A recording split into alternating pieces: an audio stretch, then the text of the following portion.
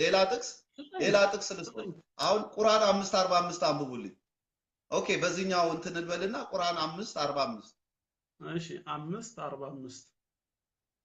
ምን የተወሰደ ነው ይሄም አንብቡልኝ እሺ በእነርሱም ላይ በውስጧ ነፍስ በነፍስ አይን በአይን አፍንጫም በአፍንጫ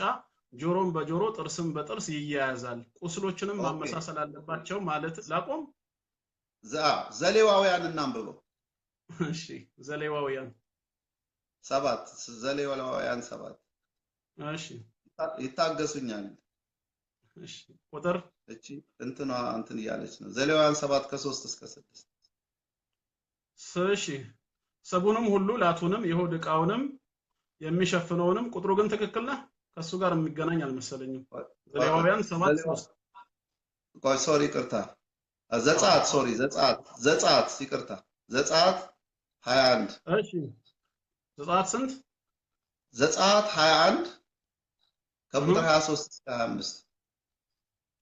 ጉዳት ግን ቢያገኛት ህይወት በህይወት አይን በአይን ጥርስ በጥርስ እጅ በእጅ እግር በእግር መቃጠል በመቃጠል ቁስል በቁስል ግርፋት በግርፋት ይከፈል ልቀጥል ወይስ ላቁም በቃ ስለዚህ እዛ ጋር የሚያወራው ስለ ጥርስ በጥርስ እግር በእግር እንዲያለ ነው የሚናገረው ኤኒዌይ ቁርአኑም የሚናገረው እንደዛ ነው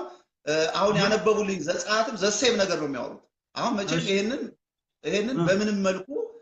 እንትን ልንለው አንችልም ዘሴም ቲንግ ነው አሁን ያነበቡልኝና ቁርአን ላይ ያነበቡት ተመሳሳይ ነው አሁን ይሄም አይመሳሰል መልኩ ላስረዳ እችላለሁ በጣም ሲምፕል በሆነ መልኩ ምንም ችግር የለም አዎ ወደ ቁርአኑ እንመለስ ቁርአኑ እዚህ ቦታ ላይ ይሄንን ያቀፈው ህጉ አድርጎ አይደለም የእምነቱ አንድ አካል አድርጎ አይደለም ያቀፈው ታሪክን ነው እየተናገረ ያለው የነበረውን ነው የሚገልጸው የህጉ አካል አድርጎ ልክ ኦሪት ላይ እንዳለው ህግ በቁርአንም ላይ ይሄ ህግ ገባ አይልም ጥቅሱን እንየው በእነርሱም ላይ ነው ያለው መጀመሪያ ገና ሲጀምር በእኛ ላይ አይደለም የተውራት ተከታይ በሆኑት አላህ ተውራትን በሰጣቸው እስራኤላ ኖት ዩ እናንተን አይደለም እናንተማ የወንጌል ተከታይ ናችሁ ኦሪትን እኛ ሁለቱንም እናምናለን ብሉይ ኪዳንና አዲስ ኪዳን እኛ እናምናለን አሁን እኛ ግን አትከተለም ኦሪትን አሁን ርዕስ አታስቀይር እንጂ አዲስ ብሉይ ኪዳንን ህጉን አትከተለውም አንተ እሱን በዕብራውያን መልእክት ብቻ ማቆም እንችላለን እኔ በግሌ እከተላለሁ ትከተለዋለህ ህጉን ትተገብረዋለህ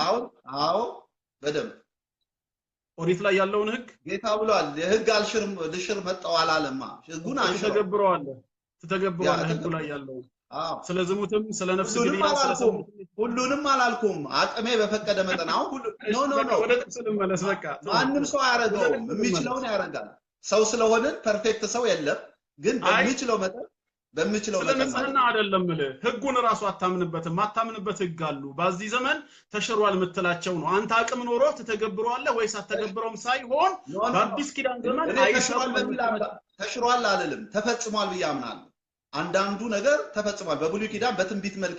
የተጻፉ በአዲስ ኪዳን የተፈጸሙ አሉ በትንቢት መልክ እግዚአብሔር ይሆናል ብሎ ያላቸው የተፈጸመ አንተ ቃሉን ከማመን የተፈጸመውን ማመን አለብህ ይሄ በኋላ ሰፊ ነገር ስለሆነ ሌላ ጊዜ ብናወራው ይሻላልና በብሉይ ኪዳን የተፈጸመ ይሄ ይቅርብን ወደ ሌላ ይሄንን ያዝልኝ ብቻ እኔም ሌላ ጥቅስ አላመጣም የተፈጸሙ አሉ ህጉን ነው አምነህ የምትቀበለው እንጂ ተግባሩን አይደለም ተግባሩ ተፈጽሟል አይደል አሁን የጠቀስከው ቁርአን ይሄንን እየተናገረ ነው አስተውል በእነርሱም ላይ ነው ያለን አንድ የተውራት ተከታይ በሆኑት እስራኤላውያኖች ላይ አላህ ተውራትን ሲሰጣቸው ምን ህግ ሰጥቷቸው ነበር ነው አሁን ጥያቄው ቅድም የጠቀስከው ሱራ 10:37 ነው ይሄንን የሚገልጸው ከበፊቱ ያለውን መጽሐፍ የሚያረጋግጥና በውስጡም ያለውን የሚዘረዝር ነው ብሏል አይደል ምን ዘረዘረ ስለ ተውራት ስንል አላህ ምን አለ በእነርሱም ላይ በውስጧ ነፍስ በነፍስ አይን በአይን አፍንጫም በአፍንጫ ጆሮም በጆሮ ጥርስም በጥርስ ይያያዛል ቁስሎችን ማመሳሰል አለባቸው ማለትን ጻፈን አለ አንቀጹ ምን መልእክት አለው አላህ ለሙሳ በሰጠው ተውራት ውስጥ ወሰን አልፎ የሰውን አይን ያጠፋ አይኑ እንዲጠፋ ጥርስ ያወለቀ ጥርሱ እንዲወልቅ እንደዚሁ ደግሞ አፍንጫን የጎዳ አፍንጫው እንዲጎዳ የገደለ እንዲገደል በጥቅሉ ወሰን ባለፈው ወንጀል ልክ እሱም ላይ ወሰን መታለፍ እንዳለበት ጽፈን ነበር ነው ያለው አላህ ማለት ነው እንዳልከው ደግሞ አንተ ወሰድከንና ይሄው የተጻፈው ብለ ዘጸአት ላይ ያሳየህን አይደል ስለዚህ አንድ ለቅዱስ ቁርአን ምስክር ሆንክ ማለት ነው ቅዱስ ቁርአን የተናገረው ነገር የጨረሰ ሐሳብ መምህር ያልኩትን ከሰሙኝ እያልኩ ያለው ምንድነው ቁርአን የባይብልን መጽሐፍ ወስዷል ስል ይሄው ወስዶ ራሱ ስከቷል ይሄው አስቀምጦልናል ቢወስደውማ ልልህ ነው አልቀጥላ ቢወስደውማ ባይብሉ ላይ ግን ስለማን እንደተጻፈ ገና አላነብልህ ነው አየህ ነገር ግን ህጉን ቁርአን መመስከሩ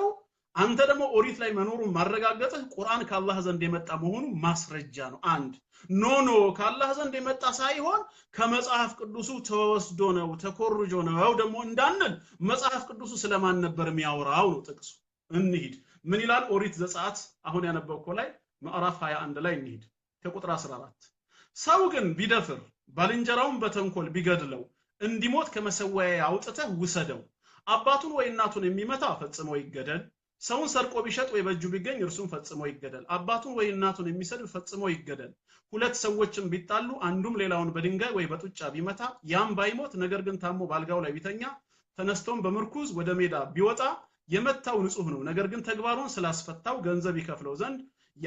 ያስፈውሰውም ዘንድ ግዴታ አለበት ሰውም ወንድ ባሪያውን ወይ ሴት ባሪያውን በበትር ቢመታ ቢሞትበትም ፈጽሞ ይቀጣ የተመታው ግን አንድ ወይም ሁለት ቀን ቢቆይ ገንዘቡ ነውና አይቀጣ ሁለት ሰዎች አለ አሁን ተከታተል ከዚህ ጀምሮ ሁለት ሰዎች ቢጣሉ ያረገዘችንም ሴት ልጁን እስክትጠነግፍ ቢገፏት ባትጎዳ ግን የሴቲቱ ባል የጫነበትን ያህል ካሳ ይስጥ ፈራጆቹም እንደፈረዱበት ይክፈል ጉዳት ግን ቢያገኛት ህይወት በህይወት አይን በአይን ጥርስ በጥርስ እጅ በእጅ እግር በእግር መቃጠል በመቃጠል ቁስል በቁስል ግርፋት በግርፋት ይከፈል አለ ስለማን ነው የሚያወራው ስለመጻፉ ላይ ነው አይደለም የሚያወራው ስለተጣሉ ሁለት ሰዎች ያረገዘች ሴት ላይ እርምጃ ቢወሰድ አሁን ወደ ነበብከው ሱራ 5 ላይ ግን ስንሄድ በእነርሱም ላይ በውስጧ ነፍስ በነፍስ አይን በአይን አፍንጫ በአፍንጫ ጆሮ በጆሮ ጥርስ በጥርስ ይያያዛል ቁስሎችን ማመሳሰል አለባቸው ማለትን ጻፍን ብሎ ጀነራል ህግ ነው የሚናገረው እንጂ ስላረገዘች ሴት ጉዳይ አንስቶ ስለተጣሉ ሰዎች ጉዳይ አንስቶ አይደለም አጠቃላይ በተውራት ውስጥ ያለው ህግ ወሰን አልፎ በሰው ድንበር ላይ ወሰን በማለት አደጋ ያደረሰ ሰው እሱም ባደረገው በወሰደው እርምጃ መሰረት ይወሰድበት ነው ከሁለት ሰዎች መጣላት ወይም ከርጉዝ ሴት ጋር አገናኝቶ አይደለም ቀጠለና ደግሞ ቁርአኑ ምን አላውን ቅድም ያስቆምከኝ በርሱም የመጸወተ ሰው ደግሞ ለርሱም ለሰራው ኃጢያት ማስተሰረያም ነው አዲሽናሊ ግዴታ ደግሞ ሂድና ተበቀል አይደለም የመጸወተ ማለት ይቅር ያለ ማለት ነው ተበድሎ ሳለ ይቅር ላለ ሰው ለኃጢያቱ ማስተሰረያም ነው ስለዚህ ተውራት ምንን ያስተምር ነበር ብሎ ነው ቁርአን እዚህ ቦታ ላይ የሚናገረው አንደኛ ወሰን አልፎ ድንበር ጥሶ በሰው ላይ አደጋ ያደረሰ ሰው እሱም ባደረሰው አደጋ ልክ ራሱ ላይ እንዲደርስበት ይቅር ብያለው ለጌታዬ ካለ ደግሞ ኃጢያቱ ማስተሰረያ ነው አለ ይሄኛውን ግን አሁን ያልከው ዘጸአት ላይ አናገኘው ካላገኘ ነው አሁንም ቅዱስ ቁርአን ከአላህ ዘንድ የመጣ መለኮታዊ ህግ እንጂ ከባይብል በፍጹም የተኮረጀ አይደለም ምንም ኤቪደንስ የለንም ያው እኔ እንግዲህ አቅርብ ያለው እንትኑን ያው ለሰው በተው ነው እኔ አሁን እንትን የሆነ ኃይለኛ ክርክር ለመፍጠር ሳይሆን አሁን እኔ ያስቀመጥኩትን ሰው አይቷል እንግዲህ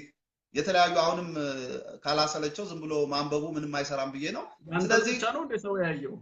ታው እንጂ አይ የርሶንም እኮ የርሶንም ያል ሁሉም መቼም አይቶ የራሱን ነገር ይወስዳል እንደውም በጣም ረድተውኛል እያነበቡ አይ ቲንክ ይሄኛው ፍሪዝ እያረገብኝ ስለተቸገር ባትሪ ሎ ስለሆነ ፍሪዝ አድርጓል እንደውም እያነበቡ እየረዱኝ ነው ስለዚህ እግዚአብሔር ይስጥልኝ ማለት ፈልጋለሁ በተረፈ ምክንያቱም እኔ መጽሐፍ ቅዱስ ማንበቤን ቅዱስ ቁርአንም አልከለከለኝም ሁለተኛ ደግሞ እንድንግባባበት ነው ዋናው ዓላማ